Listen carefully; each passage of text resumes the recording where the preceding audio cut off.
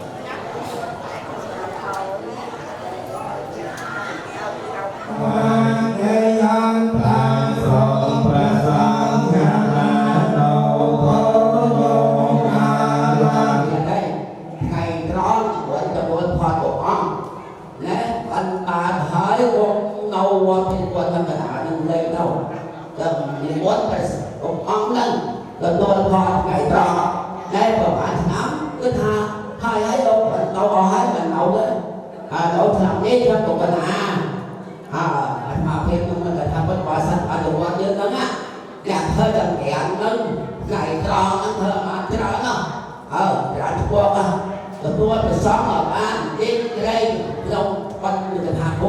kênh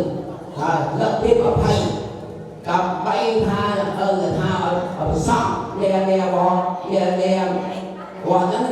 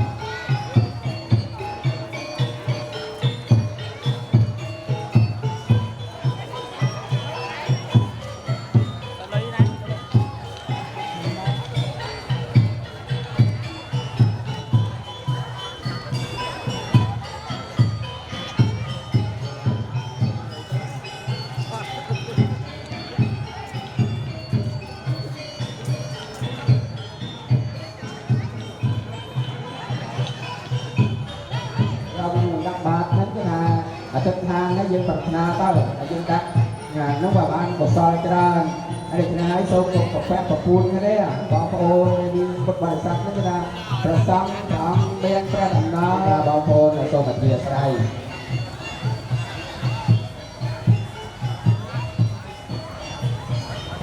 ban là ban lỏ ban đồ luôn hay là xong rôm tam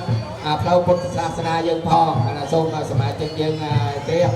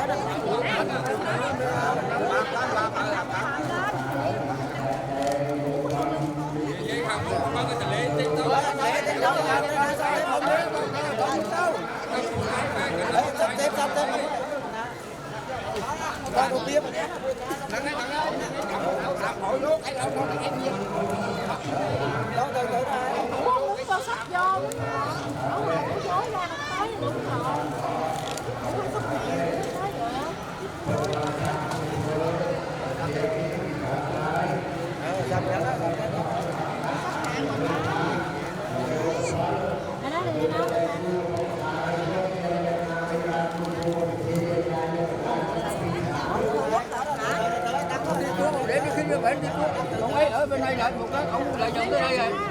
Ở bên đây lại. Dòng nữa.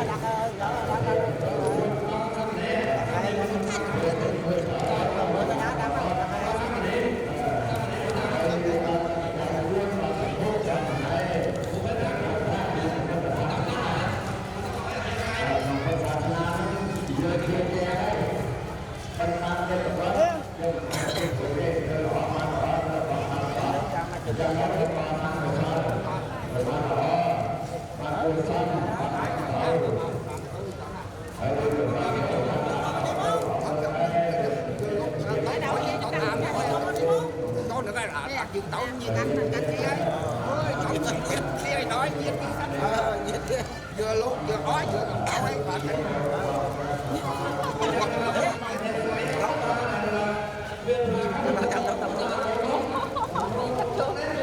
Nó có cội đâu không?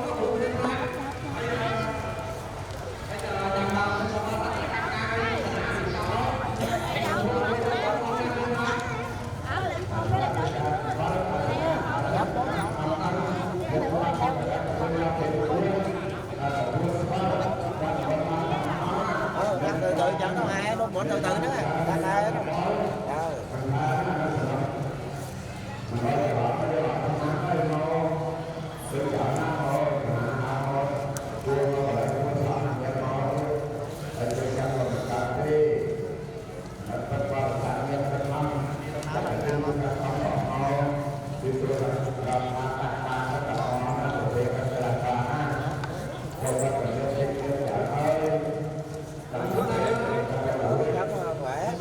Độc đặc đó.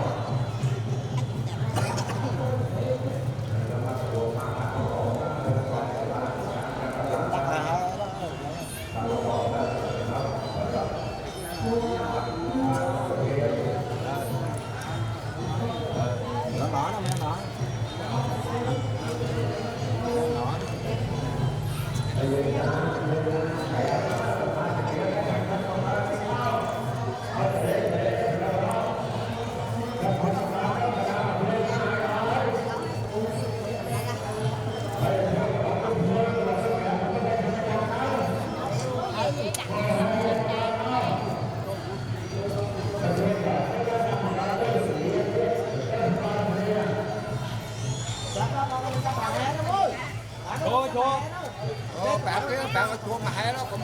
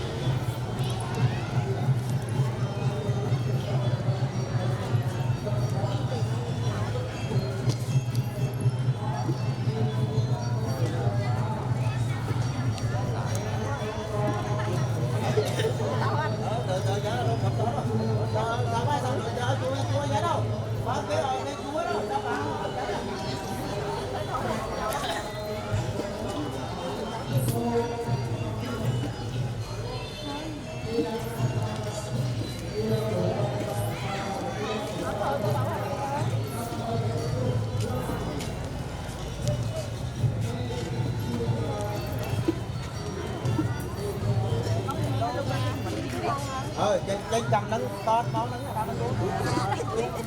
chỉ cho bẹo cho ói nó cho mà chúa nó ói đó.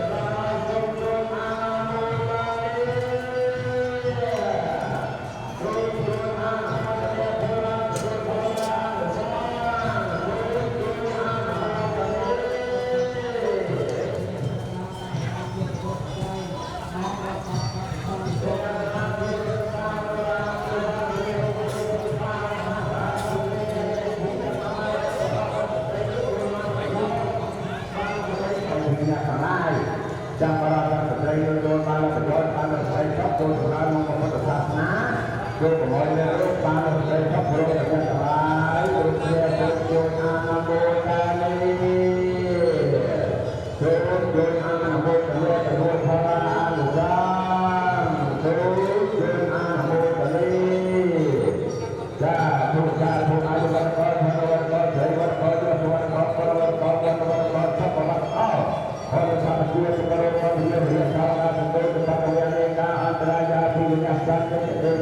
ជាទី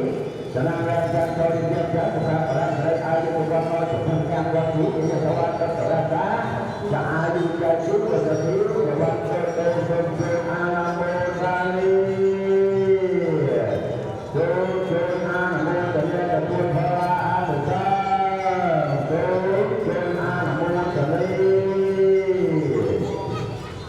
សាធុសាធុពុទ្ធគុណังธรรมគុណังสังគុណังวัฏฏัจจปเทียนปทอยទីយៈប្រដំចត្រែបាន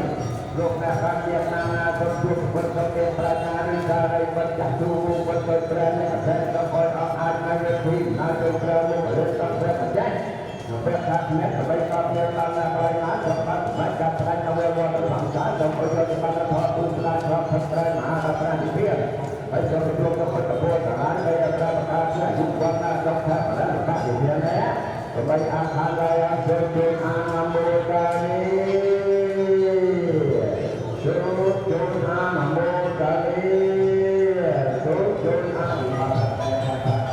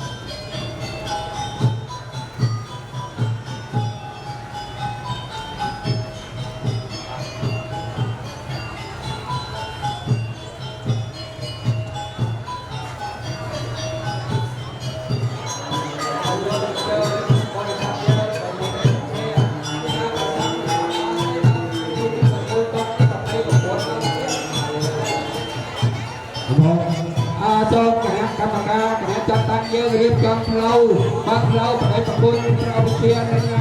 ប្រសងដែលបដិបត្តិលើព្រះវិហារនិវត្តចំមកហើយហើយដូច្នេះហើយយើងបើកផ្លូវសូមពុទ្ធបរិស័ទយើងបើកផ្លូវដល់ព្រះពហិខាងត្បូងសូមបើកផ្លូវពុទ្ធបរិស័ទគឺហើយជួយរៀបចំដល់ព្រះខាងត្បូងនេះសូមជួយបើកផ្លូវដើម្បីប្រសងនិវត្តចូលមកដល់ឧបឋានសាលាហើយសូមហើយបើកផ្លូវឲ្យបានស្រួលដើម្បីព្រះបង្គំសង្ឃក៏ដូចជាប្រកាសណាអង្គនិមន្តចំពីព្រះវិហារផងហ្នឹងគឺថាងាយស្រួលក្នុងការនិមន្តសូមអរគុណហើយសូមនិមន្តប្រកាសណាទៅព្រះអង្គនិមន្តចូលទៅមហាសាលឬមួយឧបឋានសាលាដើម្បីសម្រាប់ប្រកាយហើយខាងទេសជ្ជៈ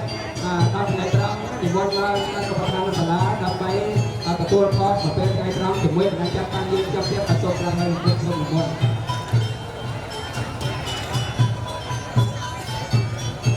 ហើយគណៈកម្មការដែលចាត់តាំងយើងនឹងថាបុត្រមកមហាសាលនេះមហាសាលជួយរៀបចំតុបតែងដើម្បីប្រសង់និវត្តចូលពីព្រះវិហារមានកន្លែងគង់សម្រាប់ប្រកាយហើយគ្នាយើងនាំគ្នាជួយសមាជិកជាតិតាក៏ជួយរៀបចំនិយាយថាក្នុងស្រុកក្នុងភូមិយើងសូមធ្វើក្រោកខ្លួនឡើងអាជាត្រៃក្រោកខ្លួនឡើងដើម្បីផ្ដល់ទីកន្លែងឲ្យប្រសង់ប្រងរកបាន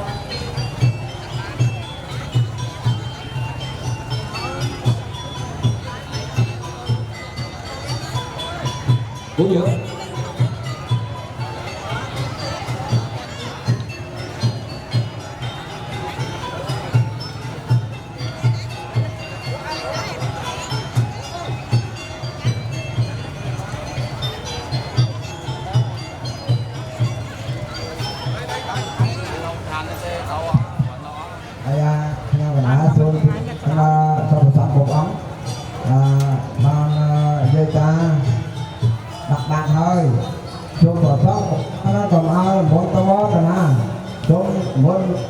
ពេលវេលាមុនឡើងមកឧបឋានសាលាទទួលរផតពេលថ្ងៃត្រង់ទទួលផតរួចឡើងហើយចាំបងចូលវត្តនាងអង្គអូហើយបើទៅដល់ឆ្នាំទៀតពុទ្ធបរិស័ទហើយរដ្ឋគុណលោករកចំហានបដិបត្តិនោះបបោ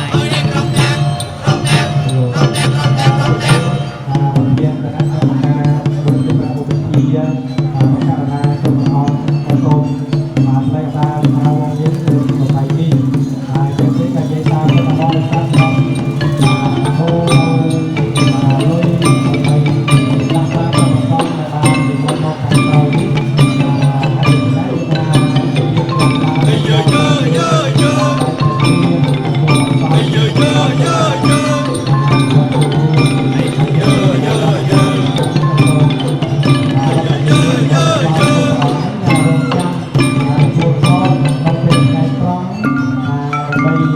អនុមោទនាឧទ្ទិសកុសលជូនដល់